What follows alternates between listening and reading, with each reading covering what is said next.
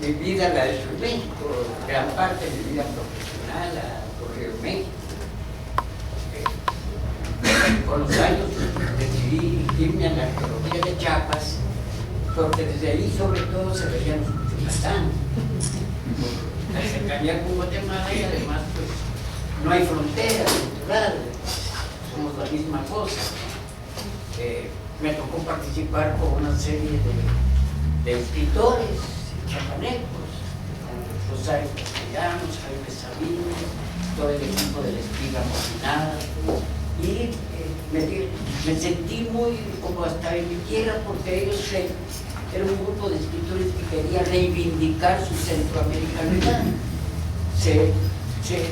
Ellos estaban en ese plan porque al norte de México le reconocían que bailaban la redoba, que bailaban la mazurca, que bailaban al estilo tejano, muchas de las cosas, y a Chiapas la veían siempre como olvidada, ¿no? Como que no participaba. Entonces me tocó incluso participar en ese grupo de hacer sentir hasta políticamente que Chiapas le daba una tónica diferente a la nación mexicana, que era la centroamericanidad, y creo que eso en mucha parte, mucho se ha mantenido hasta nuestros días. Es decir, para mí era una forma de no desprenderme de los problemas de la arqueología guatemalteca y tener cerca los problemas pues nacionales, que nos duele a todos o nos alegra con los triunfos que puede tener cualquier guatemalteco, tanto afuera como adentro.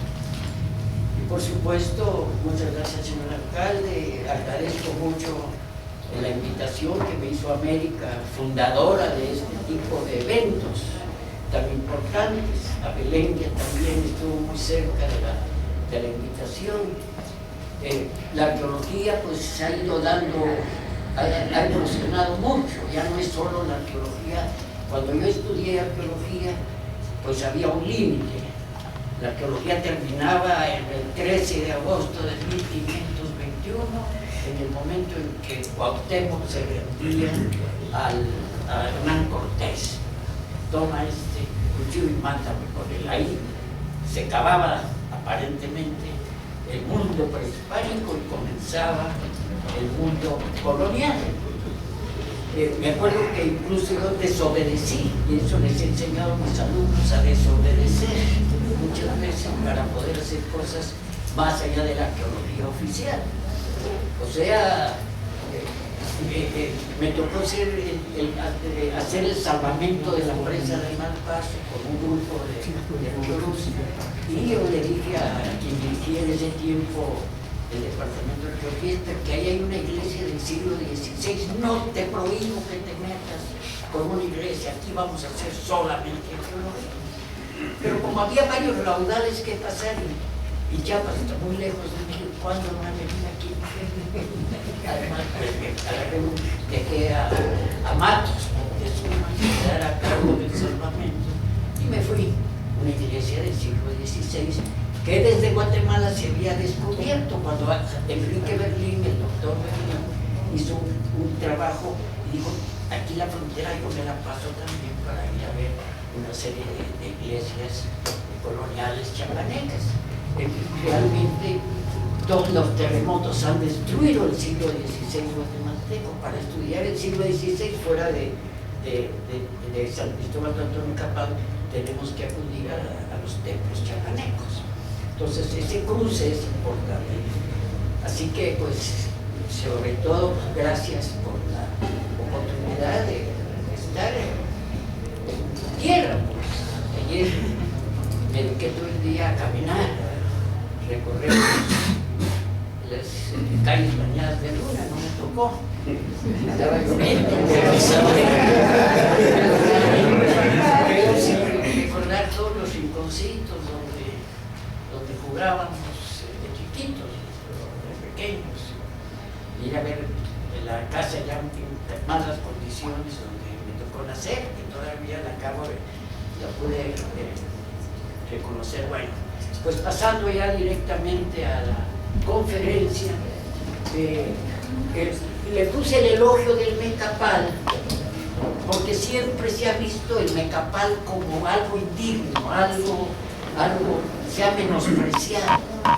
Todavía en 1920 se escribe un capítulo sobre los indios de Mecapal, en los cuales incluso se llega hasta decir que el indígena no puede tener pensamientos superiores porque el Mecapal le ha oprimido el cerebro prácticamente. Eso se repite todavía cuando estudié entré a la facultad, a la Universidad de San Carlos. Nuestro profesor de sociología, que publicó un libro muy famoso, dividía a la población maya en indios de cuartel, indios de Mecapal, el que cruzaba el Mecapal, el que no tenía salvación, el de cuartel sí, porque le enseñaban a leer y escribir y le ponían zapatos. Entonces con los años viviendo la arqueología, fue como pues no es solo yo, hay todo un grupo, romper con la línea de lo prehispánico nada más en lo arqueológico. Y empezó a surgir un grupo que empezó a trabajar arqueología, primero se le llamó arqueología colonial, pero más bien arqueología histórica. Y posteriormente arqueología industrial, que ha agarrado mucha fuerza, y veo que en Guatemala también hay mucho jovencito que está trabajando eso. Y aparte ahora, pues esto es muy importante, que es la respuesta del pueblo en sus leyendas, en sus mitos, en sus espantos, que es cómo comprenden el mundo antiguo, lo que va quedando. Y por otro lado, romper también, porque eso nos tiene mucho del norte, nos tiene mucho de más allá del Río Bravo, que la arqueología, que la población actual no tiene nada que hacer con la población del pasado, que porque descabezaron a los grandes sacerdotes con la conquista, pero quedó el sacerdote menor. Algún fenómeno como el de la independencia. El alto clero en México fue completamente hispano, completamente colonialista, pero fueron los curas bajos, el bajo clero el que mantuvo las ideas de libertad. La primer guerrilla mexicana se hace con el padre Jarauta contra la invasión norteamericana, y hay que ver a los curas de bajo clero que combatieron también contra el imperio francés. Lo mismo el sacerdote maya que mantuvo la resistencia, la famosa costumbre, el costumbro, como se decía relativamente.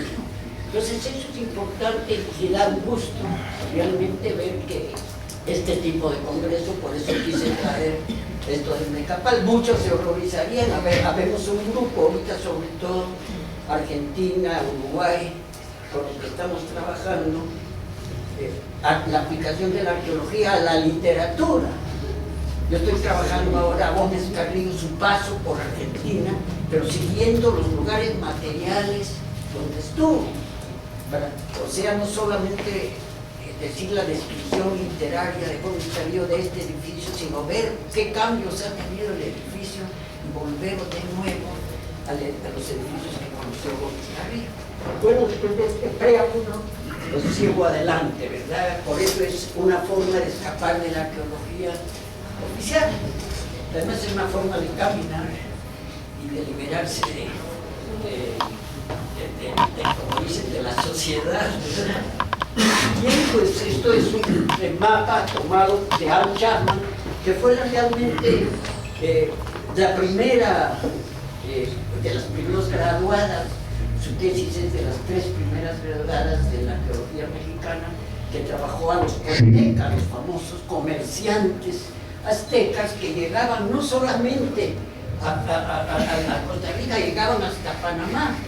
En Panamá hubo no sé si fue, en Panamá hubo un enclave donde se hablaba el náhuatl, todavía hasta el siglo XIX. Pero no era siquiera una población estable, sino era un establecimiento, pero que fue creciendo hasta volverse un pequeño pueblo, que ya cuando llegó la conquista se mantuvo todavía con hablantes del mexicano, del náhuatl, ¿no? Y por supuesto tenemos toda una serie, no hay que confundir los pipiles, que son anteriores, con los que son náhuatl, con los náhuatl de la época de los aztecas, ¿verdad? Estas son las dos rutas, la ruta de Ayutla, o sea, la ruta de Ayutla, de Tecunumán, que era la que entraba directamente en Centroamérica, y la ruta de Xicalango, la parte que está gris, allá en el Golfo de México, era el punto donde estaba el establecimiento de Xicalango, que era la entrada de llevar y traer los productos de la península de Yucatán, y además era la entrada al Golfo de Honduras. Es el camino que realizó Hernán Cortés cuando va a castigar a Cristóbal de Olid. Y por supuesto, a mí me sirvió mucho para trabajar los caminos, me sirvió que yo estaba trabajando en el sitio de Chincultic, desde donde se veía, como digo, los Cuchumatanes. Entonces, cuando tuve una oportunidad en 1971 de traer a un grupo de antropólogos mexicanos que me pagaron, decidí invertir el dinero en hacer un primer recorrido por la zona de Huehuetenango. Y digo, ¿por qué? Me acuerdo que me dijo el doctor Schuch, ¿por qué Huehuetenango? Si ella trabajaron Sacunleo, que es la parte baja de los Cuchumatanes. Bueno, pero Seller trabajó la parte alta, Chaculá, sí, pero en 1895. En 1905, pero... Y además un poco decía, también los arqueólogos políticamente hablando tenemos que liberar regiones. Les prohibimos en México a nuestros estudiantes que excaven. Pero a los norteamericanos les permitimos, a los estudiantes avanzados, como dicen ellos, les permitimos excavar con la firma de algún arqueólogo, cosa que no podemos hacer firmándole a un arqueólogo joven. Entonces, pues hay que liberar lugares para nuestra propia arqueología.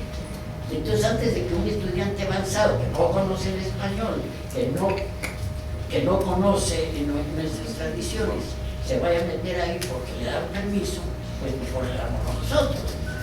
Entonces, además es una arqueología muy barata, es una arqueología de recorrer, de hacer. Ahora tienen los jóvenes estudiantes, ¿cómo se llama esto? Los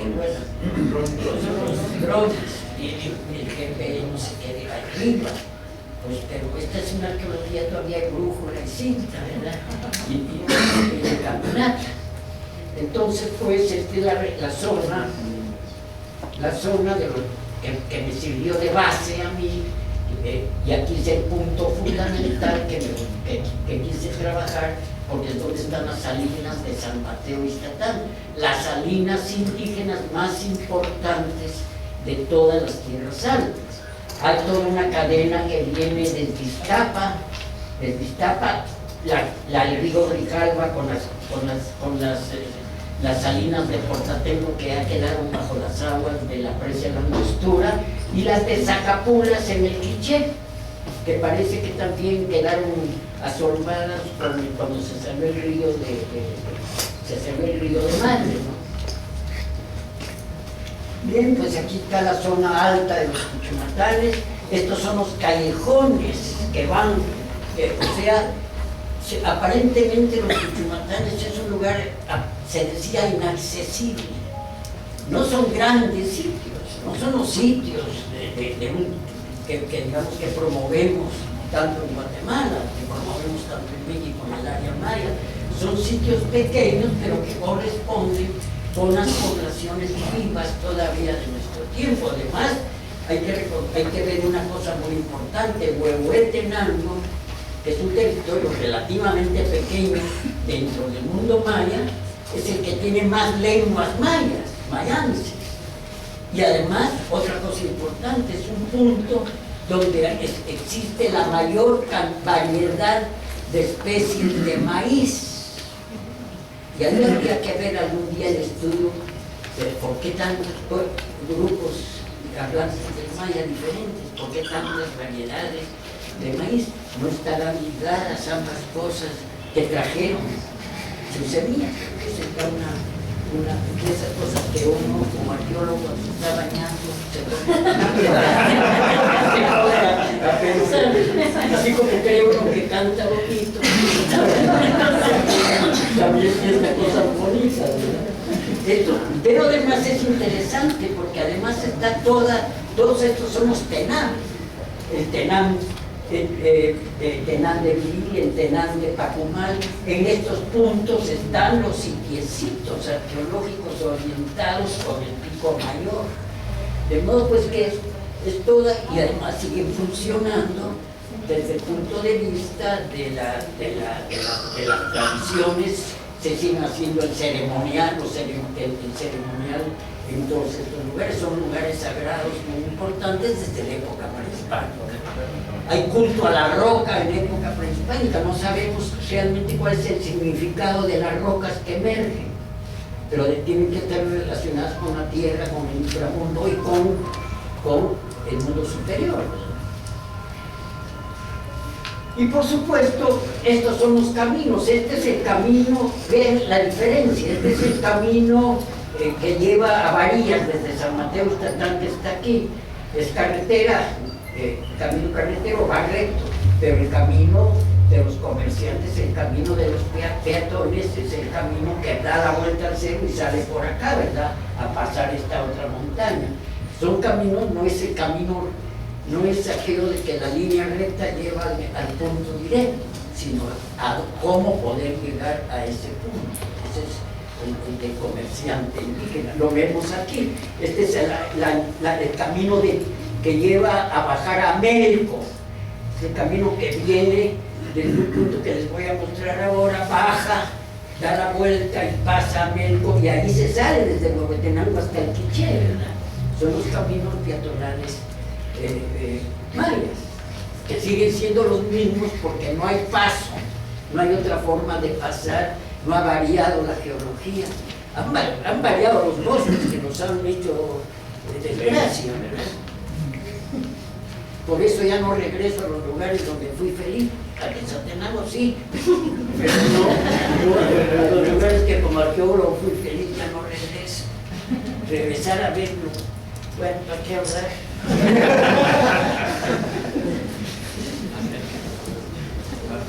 Y esto es lo que, por eso ya no regreso. Este es el camino que eran bosques la primera vez que estuve todo, y ahora va quedando solo esto. Aquí habíamos llegado a ver, este lugar se llama Chanquejelpe, es un lugar donde hicimos más que por arqueología para ir a ver volar los quetzales en la mañana. ¿Por qué? Pues había que ver volar los quetzales. Entonces se va uno acostumbrando. ¿Cuánto hago de aquí? Pues es un día a pie, pero ya estábamos caminando tantos días que ya ahí va entendiendo uno algo que es muy importante, que ahí es donde el arqueólogo debe entrar con el asunto del comercio indígena, es donde debe entrar con el antropólogo físico.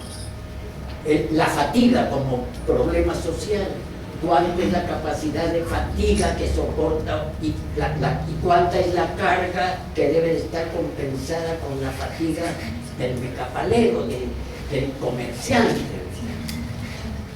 Entonces fuimos a ver, a volar los quetzales. Estaba en la mañana el quetzal haciendo círculos para agarrar insectos.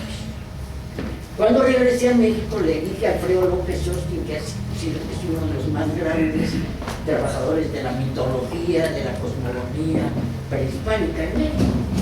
Le dije, ¿y cómo vuelan los quetzales así? Le dije, pues la cola se va así. Mira, me acabas de dar una información maravillosa. Los dioses no van en línea recta, los dioses van como el oli, como el movimiento. Los dioses van en círculos, vuelan en círculos. ¿Por qué? El remolino, la energía, el huracán de los mayas, el huracán. Es esta palabra maya dada al mundo entero, el huracán. Entonces, para los aztecas, el Nahuiorin, el 4 movimientos, las 4 astas que dan vuelta, la suástica en buen sentido. Y ahí está nuevamente el camino peatonal, la carretera, y aquí ya vemos la diferencia. Aquí va todavía el arriero y allá viene la maquinaria abriendo el camino del progreso. Y por supuesto formas, el cargar ahí, trae una muestra nada menos, nada más, las distintas formas de cargar. Esta es la forma tradicional entre las tojolabales de la carga de agua arriba, ¿verdad?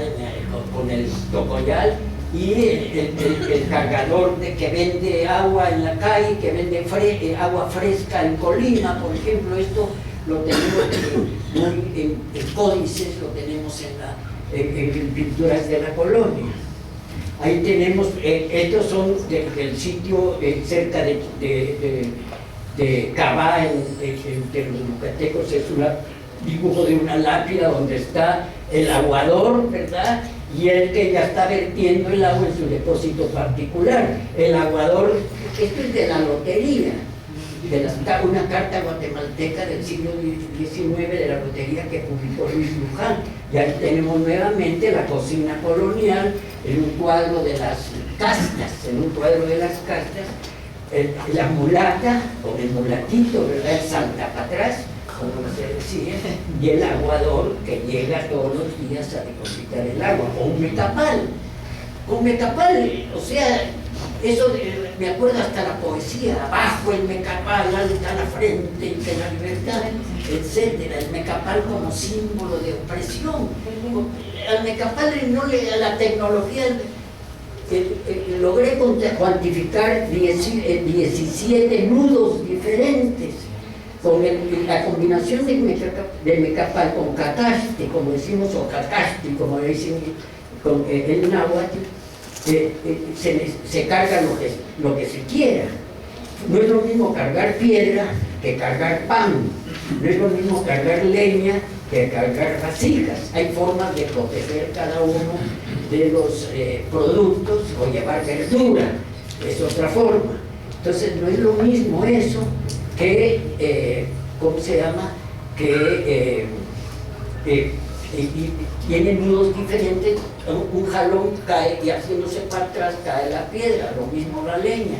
Hay formas pues de la utilización del tacastre combinado con el mecapal, 17 nudos diferentes para facilitar el amarre para la carga y la descarga. Y por supuesto lo tenemos en los códices, ¿verdad? En el florentino tenemos, ahí va la huella del comerciante que va con sus productos. Y lo mismo en las huellas que señalan el camino, y el punto de descanso y la continuación del cargador, todas del códice florentino. Pero tenemos una serie de códices que nos marcan, y tanto códices prehispánicos como coloniales, que nos llevan a reconstruir esta forma, digamos, de carga.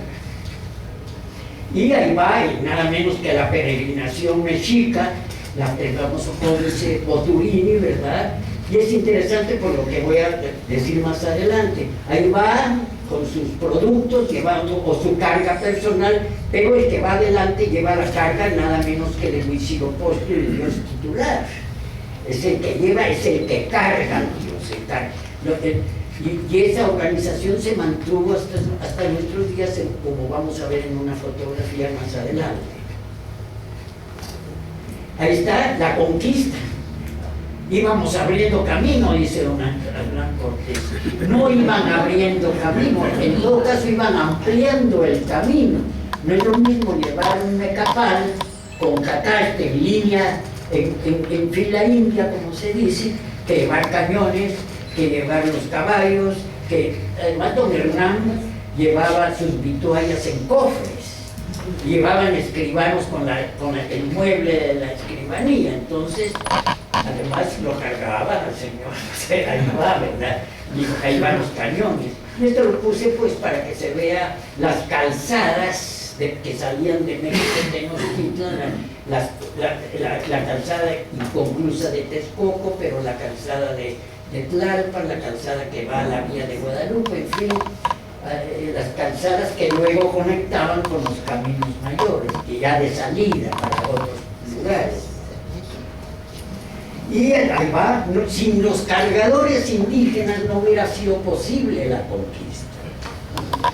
En algunos lugares hasta obligaron a los caciques a que llevaran la carga, era una forma de humillación, ¿no? Y ahí lo tenemos en Códice Azcatitlan y en el Códice Durán, el momento de la conquista con sus cargadores. Y también hay alegría, no es solamente la carga bruta y el sudor, con el niño arriba llevando trozos de madera para quemarlo, el niño que desde chiquito aprende a usar el mecapal para llevar tuzas o llevar leña también, ¿verdad? La tuza, el comercio de la tuza. Ahí va, este es un dibujo precioso de Alberto Beltrán para el libro Juan Pérez Colote, los chamulas desde niños llevando el papá, esperando la carga de la leña, y ahí con el chucho, el cuidador. Y las fotos antiguas, miren qué maravilla de composición, ¿verdad? La forma de componer un cacao. Otra fotografía y por supuesto ahí va todos los bosques guatemaltecos. Esta es una tortillería que quedaba en la esquina de una casa en la avenida Elena. Las dos diferencias. Yo siempre les digo a mis estudiantes, muchachos, es que podemos hacer arqueología política. ¿Quieren fregar a los militares? Hagan una tesis que se llama el mal gusto militar. Entonces, esto es único. Esta caseta de vigilancia estaba en la base militar de Sololá. Esto es lo que nos arruina el casco y las botas. Y aquí va la cargadora, esto lo saqué de un periódico, la cargadora a un lado y ahí va el camión. Estos son zapatistas, en el área zapatista y el camión militar. En Guatemala, vayan a ver el cementerio general de Guatemala, los monumentos, vean, ¿para qué decir? Y en México, lo digo, quieren fregar al PRI, el gusto del PRI a través de la arqueología. Vayan a ver todos los kioscos horribles que hacen los presidentes municipales en los pueblos. Vayan a, en fin, hay tantos. Y por supuesto, la ciudad siempre, el contraste de la ciudad. Yo me fui detrás buscando puntos para fotografiar, entrando al mercado central a dejar la carga. Ahora ya transitan. Todavía me recuerdo en tiempo de mi general Ubico, era prohibido que los cargadores o que los indígenas atravesar la sexta y la séptima avenida, era permitido, pero no circularlo para que no dieran mal aspecto. Y formas de carga en red, la forma de preparar la carga, proteger las ollas, el jalón que se le da para cerrar el medio de transporte. Ahí va ya, que además para el mercado en Comitán y en una peregrinación religiosa, ahí van las banderas, ahí va hasta el agua, ¿verdad? Lleva no solamente sus flores, sino la carga para vender. O sea, siempre en la peregrinación va consigo también el comercio, ¿verdad? Los centros religiosos son mercados al mismo tiempo. Y esto también, y esto es una maravilla en Tenejapa, ¿verdad? Es una olla para guardar granos, es una especie de silo pequeño, ¿verdad? Y esto en la ciudad de Guatemala, esto en Tenejapa, en Chiapas.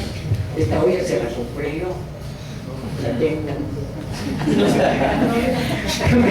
Mi mujer me dijo, a ver dónde la metes.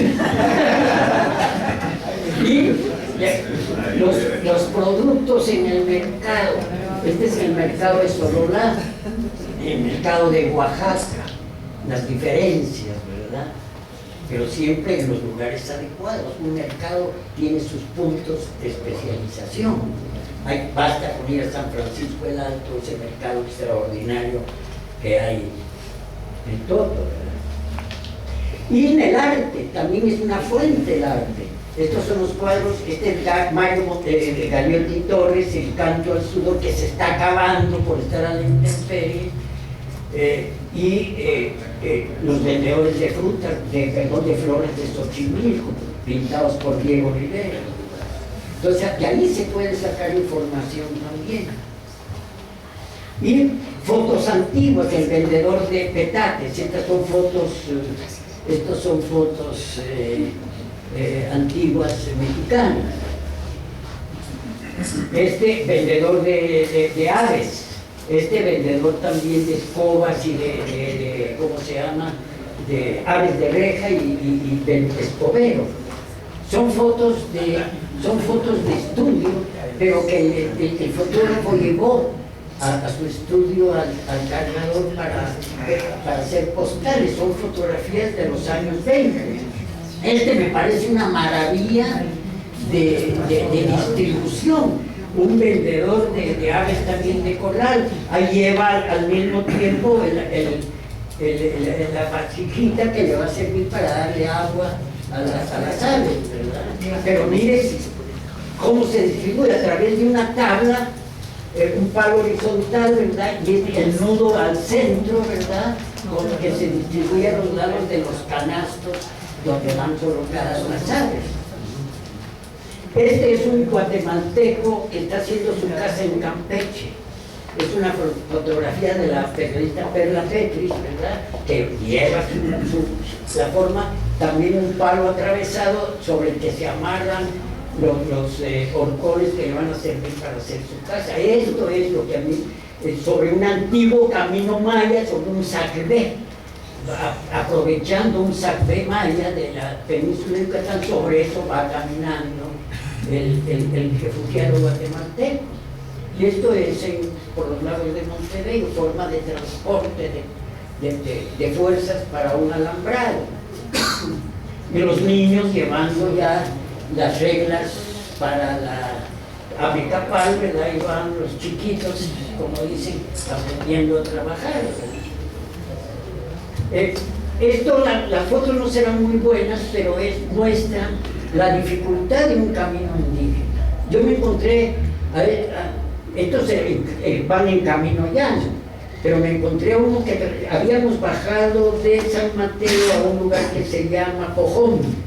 Lo habíamos hecho en un día, poco menos de un día.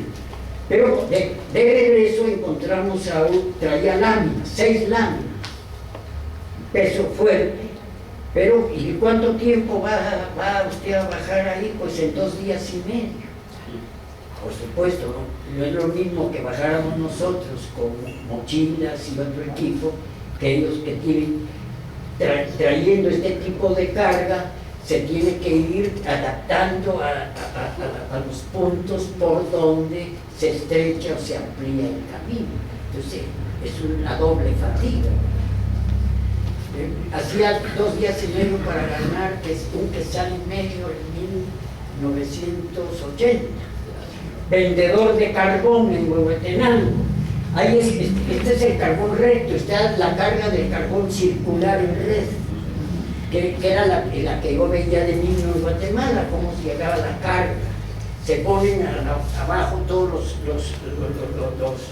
carbones grandes, se meten en medio los carbones pequeños, se ponen encima otros carbones grandes y se da el jalón, pero protegido tanto abajo como arriba con hoja de pino o con hojas de encino, ¿verdad? Esto ya no se ve, esta es una foto de Franz Blom, ¿no? La frase no es mía, el que solo arqueología sabe ni arqueología sabe, era la frase de Franz Blom. Que Franz Blom, y está la otra frase, la de Armías. Hay que ser arqueólogo, no piramidiota, decía.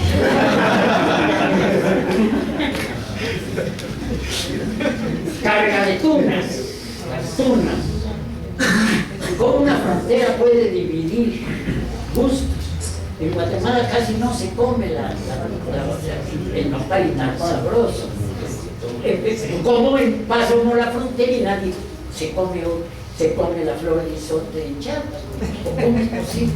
La frontera divide gustos también. Y en el lago de Atitlán hay toda una...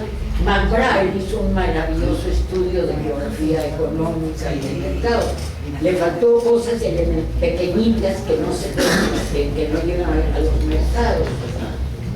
De Tule, cargar en sábana, ¿cómo se llama? Sábana maletera, eso es se ve mucho, sobre todo las señoras que llevan comida caliente. Y ahí van nuestros cargadores llevando todo el equipo arqueológico de los Chuchunatanes. La forma de llevar también los camerinos para los santos. Ahí va la comisión, no solamente que va a ayudar a cargar, sino van los principales, no va cualquiera a traer algo que va a ser de carácter religioso, ¿no? Que va a tener nada menos que donde se va a resguardar el santo patrón. Aquí van los santos, las cruces y los santos viajan en petate. Esa es otra cosa, se les protege o se les protegía en petate. Va bajando el santo en Chiapas, en Tila, lo tomé, bajando de la cueva donde se apareció el Cristo, donde llevan al Cristo vicario al procesional, lo depositan en una cueva, hacen la ceremonia y se baja nuevamente en petate. O esta belleza de Guatemala, ahí llevan el coloso, el músico va adelante llevando, miren esa fila preciosa, los automóviles detrás, ya el modernismo, calle de concreto, ¿verdad?, de asfalto, pero ahí van los cargadores. El santo en petate también en otra procesión guatemalteca, ¿verdad? O ahí vienen, miren, van cargando con un enorme tapesco, van cargando a los danzantes que van a danzar en moros, en la fiesta, y va el moro. Compren una máscara bonita de moros que está allá afuera. Y esto viene desde la época prehispánica, este es azteca.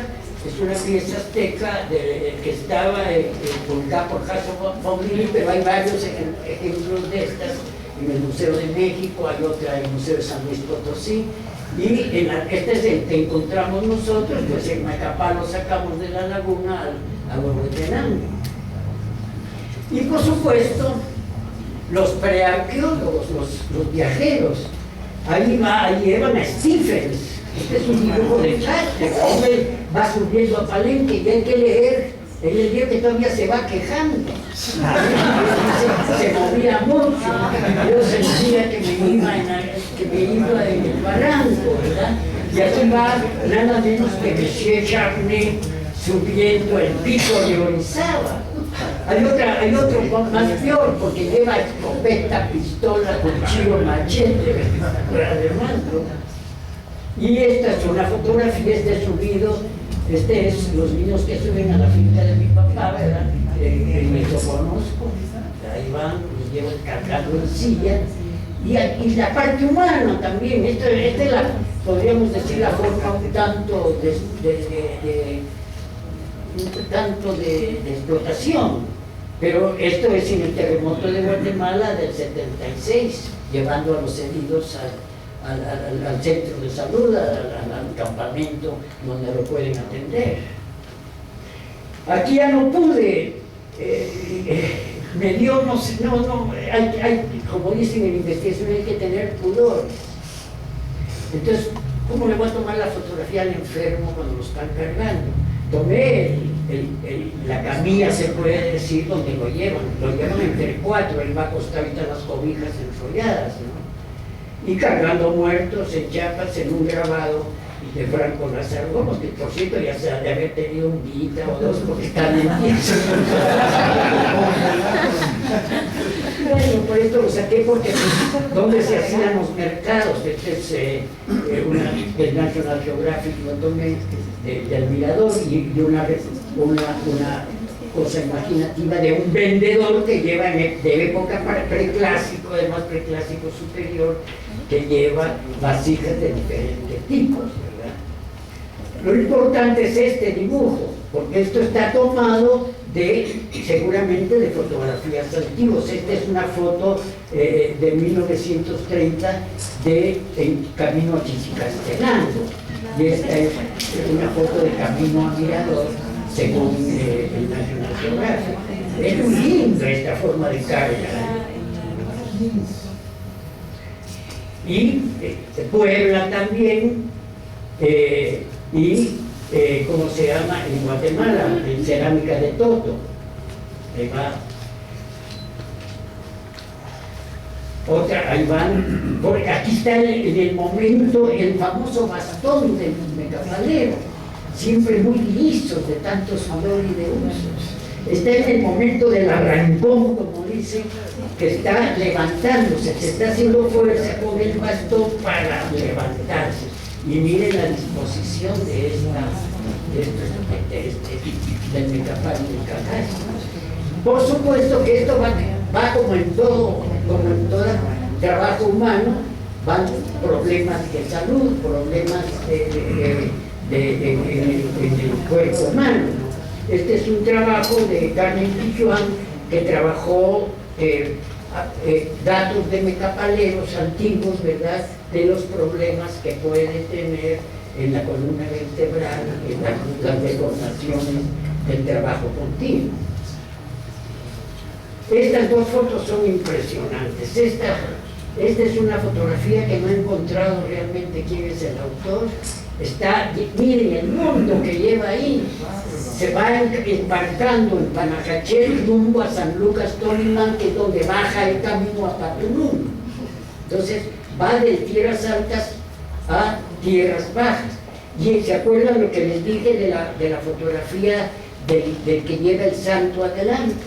Esta es una fotografía del otro de 1916, una tropa de cargadores que van entrando con sus productos al mercado del Quiché. Ahí va el cabo.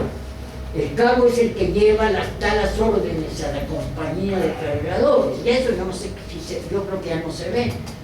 Y van, estos lo hacen al entrar en doble fila hacia el mercado, pero al frente llevaban, según el otro, el santo, los que van cargando, va el patrón que no carga más que sus cosas personales, pero juntos van dos sufridores, que son los que llevan la música, los instrumentos, llevan al santo patrón el que va con la compañía, llevan los saumerios, llevan los mantelitos que sirven para organizar ¿cómo se llama? El altar antes, para pedir permiso antes, para que la venta sea satisfactoria. En Comitán me encontré, esto lo publiqué en un libro que se llama Los Arrieros del Agua, un informe. Dice, aquí venían los mecapaleros guatemaltecos,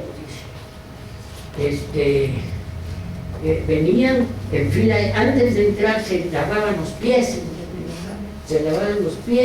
se ponían sus guaraches y se ponían en doble fila y entraban al mercado de Comitán tocando su flauta, su chirimía y su tambor. Al entrar los recibían los ancianos del mercado y se hacía la solicitud de venta. Ya estaba acordado, pero era parte del ceremonial.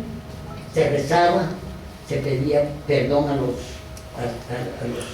dueños del mercado, los señores de antes, y se procedía, luego los chapines, dice, se distribuían